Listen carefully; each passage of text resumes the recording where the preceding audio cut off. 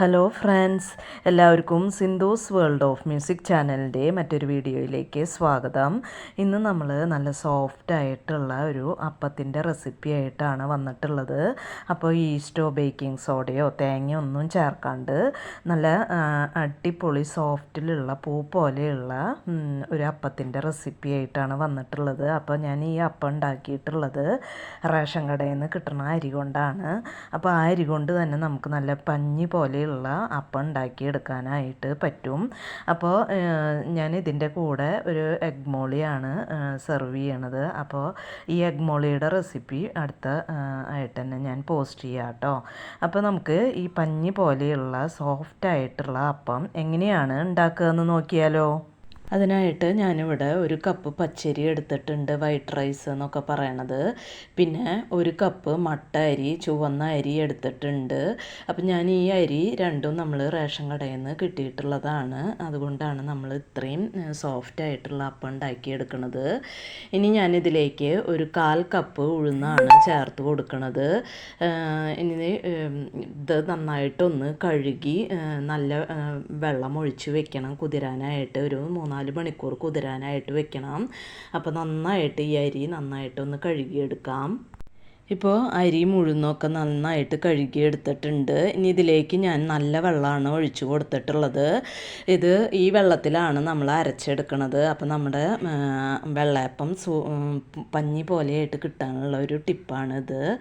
അപ്പോൾ നല്ല വെള്ളം ഒഴിച്ചിട്ട് ഇത് നമുക്കൊരു 3-4 മണിക്കൂർ കുതിരാനായിട്ട് വെക്കാം. ഇതൊന്ന് മൂടി വെച്ചിട്ട് ഒരു 4 മണിക്കൂർ കഴിയുമ്പോൾ നമുക്കിത് അരച്ചെടുക്കാം. ഇപ്പോൾ ഒരു 4 മണിക്കൂറൊക്കെ കഴിഞ്ഞിട്ടുണ്ട്. അരിയും ഉഴുന്നൊക്കെ ഇവിടെ നന്നായിട്ട് കുതിർന്ന് വന്നിട്ടുണ്ട്. ഇനി ഞാനിവിടെ ഒരു മിക്സിയുടെ ജാർ എടുത്തിട്ടുണ്ട്. അതിലേക്ക് കുതിർത്തിയിട്ടുള്ള അരി ഉഴുന്നും ഇട്ട് കൊടുക്കുന്നുണ്ട്. അപ്പം ഞാനിത് ഒറ്റ ബാച്ചായിട്ടാണ് അരച്ചെടുക്കുന്നത്. നിങ്ങൾക്ക് വേണമെന്നുണ്ടെങ്കിൽ 2 ബാച്ചൊക്കെ ആയിട്ട് അരച്ചെടുക്കാം. ഇപ്പോൾ അരിയും ഉഴുന്നൊക്കെ മിക്സിയുടെ ജാറിലേക്ക് ചേർത്ത് കൊടുത്തിട്ടുണ്ട്. ഇനി ഇതിലേക്ക് നമ്മൾ വേവിച്ച് വെച്ചിട്ടുള്ള ചോറ് ഒരു തവിയാണ് ഇട്ട് കൊടുക്കുന്നത്. പിന്നെ തലേ ദിവസം അരച്ച് വെച്ചിട്ടുള്ള ദോശമാവോ ഇഡ്ഡലി മാവോ അല്ലെങ്കിൽ വെള്ളയപ്പത്തിൻ്റെ മാവോ ഒക്കെ ബാക്കിയുണ്ടെങ്കിൽ അതും ഒരു തവി ഒഴിച്ച് കൊടുക്കുന്നുണ്ട്. അപ്പോൾ ഈ ദോശമാവ് ഒഴിച്ച് കൊടുക്കുന്നത് ഉണ്ടെങ്കിൽ മാത്രം ചേർത്ത് കൊടുത്താൽ മതി. ഇനി ഇതിലേക്ക് മധുരത്തിന് ആവശ്യമായിട്ടുള്ള പഞ്ചസാരയാണ് ഇട്ട് കൊടുക്കുന്നത്. ഞാനിവിടെ 4 ടേബിൾ സ്പൂൺ പഞ്ചസാരയാണ് ഇട്ട് കൊടുക്കുന്നത്. അപ്പോൾ നിങ്ങളുടെ മധുരത്തിനനുസരിച്ച് പഞ്ചസാര ചേർത്ത് കൊടുക്കുക. ഇനി ഇതിലേക്ക് കുറച്ച് വെള്ളം ഒഴിച്ചു കൊടുക്കുന്നുണ്ട്. നമ്മൾ അരി കുതിർത്തിയിട്ടുള്ള വെള്ളത്തിൽ നിന്ന് കുറച്ച് ഒഴിച്ചു കൊടുത്തിട്ടുണ്ട്. അപ്പോൾ വെള്ളം കുറേശ്ശെ ഒഴിച്ചു കൊടുത്ത് വേണം അരച്ചെടുക്കാനായിട്ട്. ഇനി ഇതിലേക്ക് ഞാൻ കുറച്ച് ഐസ് ക്യൂബ്സ് ചേർത്ത് കൊടുക്കുന്നുണ്ട്. അപ്പോൾ നമ്മുടെ അരയ്ക്കുമ്പോൾ ഇത് ചൂടാവാണ്ടിരിക്കാൻ നമ്മുടെ മാവ് നന്നായിട്ട് വരാനുമാണ് ഇതുപോലെ ഐസ് ക്യൂബ്സ് ഇട്ട് കൊടുക്കുന്നത്.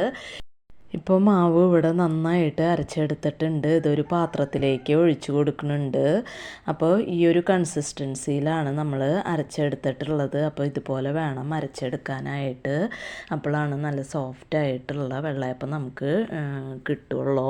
ഇനി ഇതിലേക്ക് ഞാൻ പാകത്തിന് ഉപ്പ് ചേർത്തിട്ട് നന്നായിട്ടൊന്ന് മിക്സ് ചെയ്ത് കൊടുക്കുന്നുണ്ട്. അതിന് ശേഷം നമുക്കിത് മൂടി വെച്ചിട്ട് ഓവർനൈറ്റ് ഇത് ഫെർമെൻ്റ് ആവാനായിട്ട് വെക്കാം. അപ്പം ഞാനിത് രാത്രിയാണ് ചെയ്തെടുക്കുന്നത്. ഇനി നമുക്ക് പകൽ വെള്ളയപ്പം ഉണ്ടാക്കാനായിട്ട് നോക്കാം. അപ്പോൾ അത്രയും നേരം നമുക്കിത് റെസ്റ്റ് ചെയ്യാനായിട്ട് വെക്കാം. അപ്പോൾ ഈ ഒരു രൂപത്തിലാണ് നമ്മുടെ മാവ് ഇരിക്കുന്നത്. ഇപ്പോൾ നമ്മുടെ മാവൊക്കെ ഇവിടെ നന്നായിട്ട് വീറി വന്നിട്ടുണ്ട്. അപ്പോൾ നമുക്ക് ഇളക്കി നോക്കുമ്പോൾ തന്നെ അറിയാം മാവ് നല്ല സൂപ്പറായിട്ട് ഫെർമെൻ്റായി വന്നിട്ടുണ്ട്. ഇനി നമുക്കിത് പതുക്കെ ഒന്ന് മിക്സ് ചെയ്ത് കൊടുത്തിട്ട് അപ്പത്തട്ട് അടുപ്പത്ത് വെച്ചിട്ട് അപ്പച്ചട്ടി അടുപ്പത്ത് വെക്കുക. അതിന് ശേഷം ഒരു കയ്യിൽ മാവ് ഒഴിച്ച് ചുറ്റിച്ച് കൊടുത്ത് അപ്പം ഉണ്ടാക്കിയെടുക്കാം. അപ്പോൾ ഇതിൽ നോക്കുമ്പോൾ വെള്ളം കുറവാണെന്നുണ്ടെങ്കിൽ കുറച്ച് വെള്ളം 1-2 ടേബിൾ സ്പൂണൊക്കെ വെള്ളം ചേർത്ത് മിക്സ് ചെയ്ത് കൊടുക്കാവുന്നതാണ്. അപ്പോൾ ഞാൻ അപ്പച്ചട്ടി അടുപ്പത്ത് വെച്ചിട്ട് അപ്പം ഉണ്ടാക്കിയിട്ടുണ്ട്. അപ്പോൾ അപ്പം പരത്തി കഴിഞ്ഞപ്പോൾ തന്നെ നല്ലോണം ബബിൾസൊക്കെ വന്ന് നല്ല ഓട്ടയായിട്ട് വന്നിട്ടുണ്ട്. അപ്പം നമ്മുടെ അപ്പം കണ്ടാൽ തന്നെ അറിയാം നല്ല സോഫ്റ്റായിട്ടുള്ള അപ്പാണെന്ന്.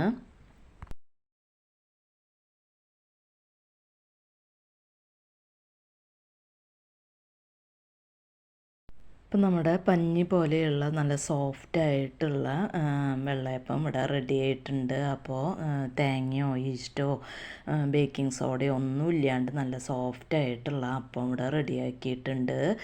അപ്പം ഞാൻ ഇതിൻ്റെ കൂടെ എഗ് മോളിയാണ് സെർവ് ചെയ്യണത്. അപ്പോൾ ഒരു സൂപ്പർ കോമ്പിനേഷനാണ് അപ്പത്തിൻ്റെ കൂടെ എഗ് മോളി. അപ്പോൾ ഈ എഗ് മോളിയുടെ റെസിപ്പി ഞാൻ ഉടൻ തന്നെ അപ്ലോഡ് ചെയ്യാവുന്നതാണ്. അപ്പം നിങ്ങൾ എൻ്റെ ചാനൽ സബ്സ്ക്രൈബ് ചെയ്ത് ഒന്ന് നോട്ടിഫിക്കേഷൻ ബെല്ലൊക്കെ എനേബിൾ ചെയ്ത് വെക്കുക. അപ്പോൾ ഞാനിടുന്ന വീഡിയോസ് നിങ്ങൾക്ക് എല്ലാ വീഡിയോസും നിങ്ങൾക്ക് കിട്ടും. അപ്പോൾ ഇത്രയേ ഉള്ളൂ ഇന്നത്തെ വീഡിയോ. ഇനി നമുക്ക് മറ്റൊരു വീഡിയോയുമായി കാണാം. അതുവരേക്കും താങ്ക് യു.